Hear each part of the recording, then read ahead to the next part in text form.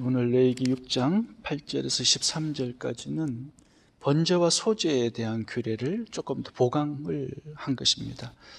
8절에 보면은 번제의 규례는, 9절 보면 번제의 규례는, 14절 보면 소제의 규례는 좀 더 보강을 하고 있습니다. 첨가할 것들을 더 첨가했다라는 뜻이죠. 더 보강한 제목은 뭐냐면 9절입니다. 아론과 그의 자손에게 명령하여 이르라. 번제의 규례는 이러하니라. 번제물은 아침까지 제단 위에 있는 석쇠 위에 두고 제단의 불이 그 위에서 꺼지지 않게 할 것이요. 13절도 보면 불을 꺼지지 않게 하라고 말씀합니다. 불은 끊임없이 제단 위에 피워 꺼지지 않게 할지니라. 그러니까 불을 꺼치면 안 된다라는 겁니다. 이게 예배의 불이거든요.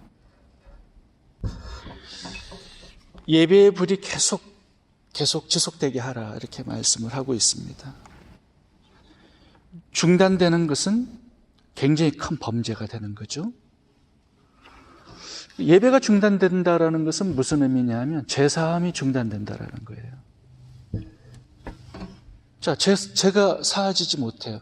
그러면 악한 영들이 역사를 하게 되겠죠. 하나님의 은혜도 끊어지게 되겠죠. 하나님의 모든 관계가 끊어져 버리니까 인간이 어떻게 살 수 있겠어요? 하나님의 공급 없이. 하나님의 백성으로서의 삶이 중단된다는 것과 마찬가지입니다.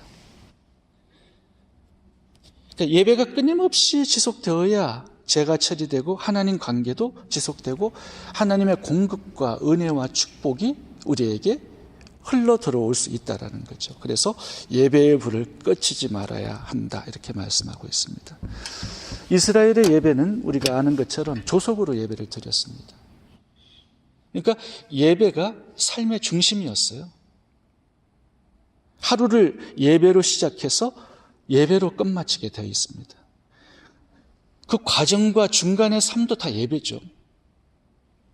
철저하게 삶이 예배 중심이었습니다.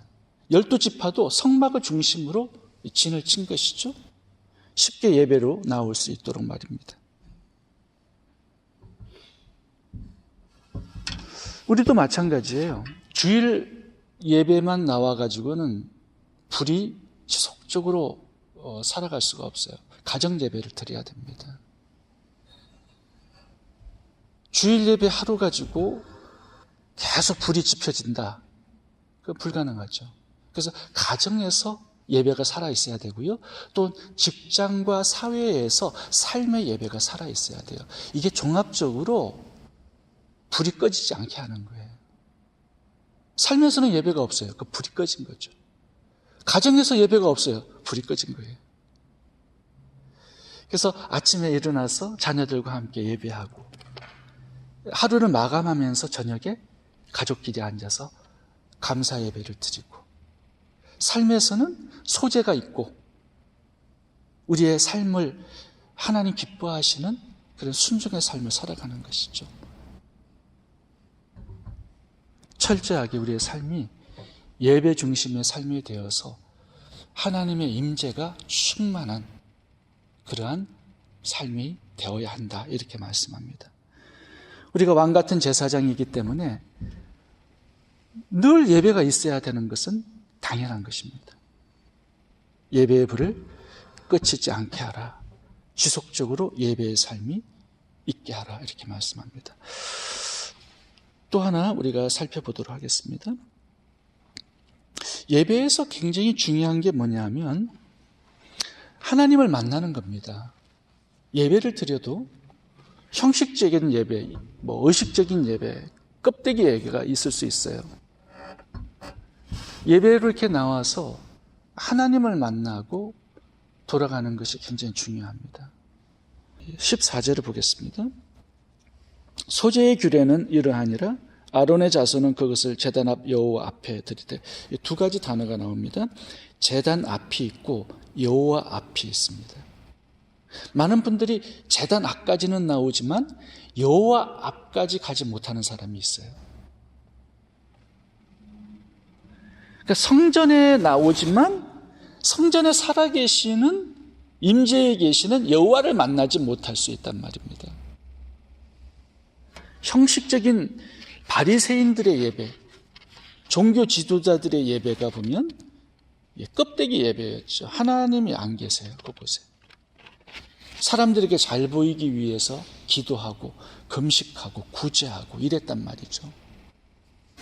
이 예배가 그냥 예배의 형식으로 끝날 수 있어요. 근데 그 속에서 살아계신 하나님을 만나고 그분의 임재를 만나야 되는데 그렇지 못할 수 있단 말이에요. 그러니까 제단 앞까지는 나와요. 예배의 형식은 있어요. 근데 예배에 알맹이가 없을 수 있단 말이죠. 그것을 지적하고 있는 것입니다.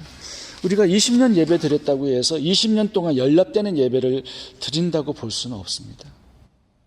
바리새인들도 평생 예배를 드렸지만 하나님과 상관없는 종교 행위였죠.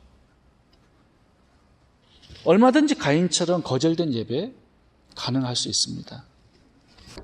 이제 레위기서를 살펴보면은 짐승을 잡아요.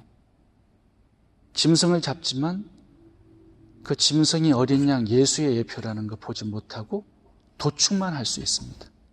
피는 흘리지만 그 피가 죄를 사한다라는 거 알지 못하고 그냥 피를 흠뻑 흘릴 수는 있어요. 대표 기도는 하지만 사람을 의식해서 사람 앞에 기도할 수 있습니다. 찬양을 하지만 자기 목소리 낼 수 있어요. 성전에 나오지만 마당 뜰만 밟고 들어갈 수 있습니다. 그래서 살아계신 하나님을 의식하고 바라보고 목적하고 하나님 앞에서 예배를 드리는 것, 이것이 예배의 핵심 요소가 되는 것입니다. 사람에게 치여가지고 하나님 앞으로 나아가지 못하는 사람들이 있어요. 찬양 밴드가 너무 요란하고 화려해가지고 노래만 불렀지 찬양으로 하나님께 나아가지 못하는 사람이 있을 수 있는 것입니다. 찬양, 기도, 헌금, 말씀, 그곳이 끝인 사람이 있어요. 하나님 앞으로 나아가지 못합니다. 그것은 예배가 아닙니다. 불이 꺼진 거예요. 우리의 마음과 영혼 깊숙이 하나님을 사모하고 간절히 찾고 하나님 한 분을 바라보고 목적하고 드리는 예배가 될 수 있어야 하겠습니다. 또 하나 교훈을 살펴보면 10절과 11절을 보겠습니다. 제사장은 세마포 긴 옷을 입고 세마포 속바지로 하체를 가리고 제단 위에서 불태운 번제의 재를 가져다가 제단 곁에 두고 그 옷을 벗고 다른 옷을 입고 그 재를 진영 바깥 청결한 곳으로 가져갈 것이요. 여기 보면 이제 재물을 끌고 와서 안수를 하고 그 재물을 번제단 위에 놓고 태웁니다. 그러면 어떤 현상이 일어나죠? 재가 밑에 쌓이게 돼요. 예배는 안수하는 것, 번제물 태우는 것, 이게 끝이 아니라 죄를 치우는 것이 끝이에요. 그 죄를 치우지 않으면 어떻게 되죠? 죄가 쌓이면 공기가 통하지 않으니까 불이 꺼지는 겁니다. 죄를 잘 치워야 돼요. 죄는 뭐죠? 우리 영적인 영혼의 죄죠. 죄는 안수하고 회개하는데 죄를 치우지 않아요. 갖다 버리지는 않아요. 여전히 마음속에 놔둬요. 생각 속에 놔둬요. 입술 속에 놔둬요. 행위 속에 그대로 둬요. 그러면 하나님 관계가 통하지 않게 되는 거죠. 불이 꺼지는 거예요. 내 고집, 내 중심적으로 생각하는 사고방식, 이기적인 삶, 강팍한 마음, 원망불평, 탐욕, 예배를 오랫동안 드렸는데 죄를 갖다가 치우고 버리지 않아가지고 여전히 마음에 남아있어요. 불이 꺼지게 되는 것입니다. 하나님 관계가 끝나게 되는 것이에요. 중요한 것은요, 갖다 버려야 돼요. 하나님 기뻐하지 않는 그런 것들은 갖다 버려야 된단 말입니다. 그래야 하나님과의 원활한 소통이 이루어질 수 있는 거죠. 이스라엘 백성들이 잘 갖다 버리지 못한 타다 남은 죄는 뭐냐 하면요, 원망불평이었습니다. 이거 갖다 버리지 않으면 예배는 계속 진행이 돼요, 조속으로. 근데 이 원망불평을 갖다 버리지 않아요. 사울왕은 다윗을 미워하는, 시기하는 이 마음을 갖다 버리지 않아요. 조속으로 예배는 있었어요. 예배 드리지 않고는 살 수 없습니다, 이스라엘 백성들. 그런데 마음의 미움은 갖다 버리지 않아요. 그러니까 하나님 관계가 막혀버린 거죠. 귀신이 들어가요. 자신의 작은 죄악들을 버리려고, 치우려고 노력하지 않습니다. 예배만 드려요. 이게 진짜 예배입니까? 그 죄가 막 쌓여요. 불이 꺼지고 있는데도 몰라요. 삼손이 불이 꺼지고 있는데요, 드릴라하고 쾌락을 즐겨요. 결국 불이 꺼지게 되는 거죠.